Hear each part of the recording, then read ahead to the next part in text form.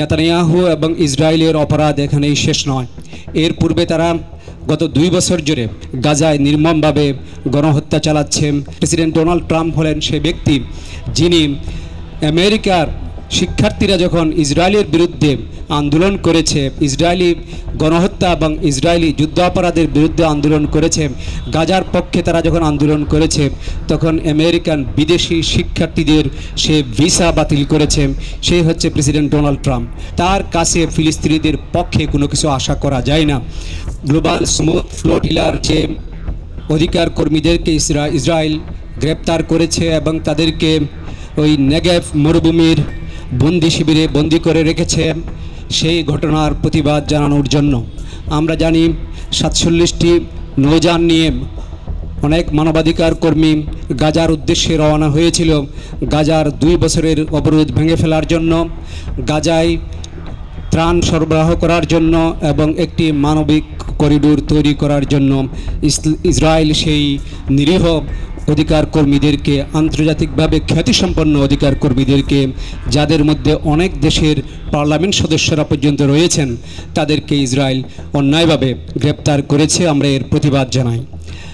Netanyahu এবং ইসরায়েলের অপরাধ এখানেই শেষ নয়।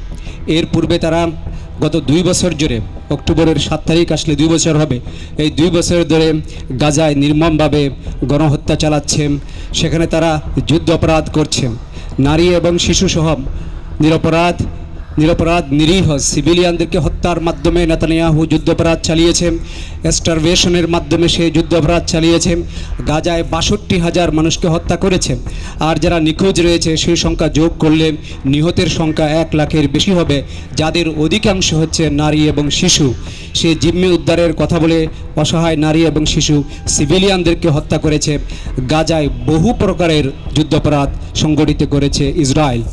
অতি সম্প্রতি আমরা দেখতে পাচ্ছি মার্কিন প্রেসিডেন্ট ডোনাল্ড ট্রাম্প 20 দফা একটি শান্তি চুক্তি প্রস্তাব করেছেন। প্রেসিডেন্ট ডোনাল্ড ট্রাম্প হলেন সে ব্যক্তি যিনি আমেরিকার শিক্ষার্থীরা যখন ইসরায়েলের বিরুদ্ধে আন্দোলন করেছে, ইসরায়েলি গণহত্যা এবং ইসরায়েলি যুদ্ধাপরাধের বিরুদ্ধে আন্দোলন করেছে, গাজার পক্ষে তারা যখন আন্দোলন করেছে, তখন আমেরিকান বিদেশি শিক্ষার্থীদের সে ভিসা বাতিল করেছে।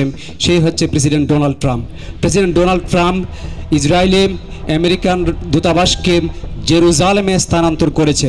পৃথিবীর বহু দেশ, পৃথিবীর খুব কম সংখ্যক দেশ জেরুজালেমে তাদের দূতাবাসকে স্থানান্তর করেছে, কারণ জেরুজালেম একটি ডিসপিউটেড একটি সিটি, যেটি ফিলিস্তিনিরাও রাজধানী দাবি করে, ইসরায়েলও রাজধানী দাবি করে। এই জন্য তারা স্থিতাবস্থা বজায় রেখেছে। প্রেসিডেন্ট ডোনাল্ড ট্রাম্প সর্বপ্রথম প্রেসিডেন্ট যিনি ইসরায়েলের আমেরিকান দূতাবাস জেরুজালেমে স্থানান্তর করেছে। তার কাছে ফিলিস্তিনিদের পক্ষে কোনো কিছু আশা করা যায় না। আলোচনা বা চুক্তি হয় সাধারণত নেগোসিয়েশনের মাধ্যমে। কোনো রকম নেগোসিয়েশন ছাড়া চাপিয়ে দেওয়া একটা চুক্তি গাজার উপর প্রেসিডেন্ট ট্রাম্প চাপিয়ে দিয়েছেন এবং নিরুপায় হামাসকে হয়তো সেই চুক্তি মেনে চলতে হবে।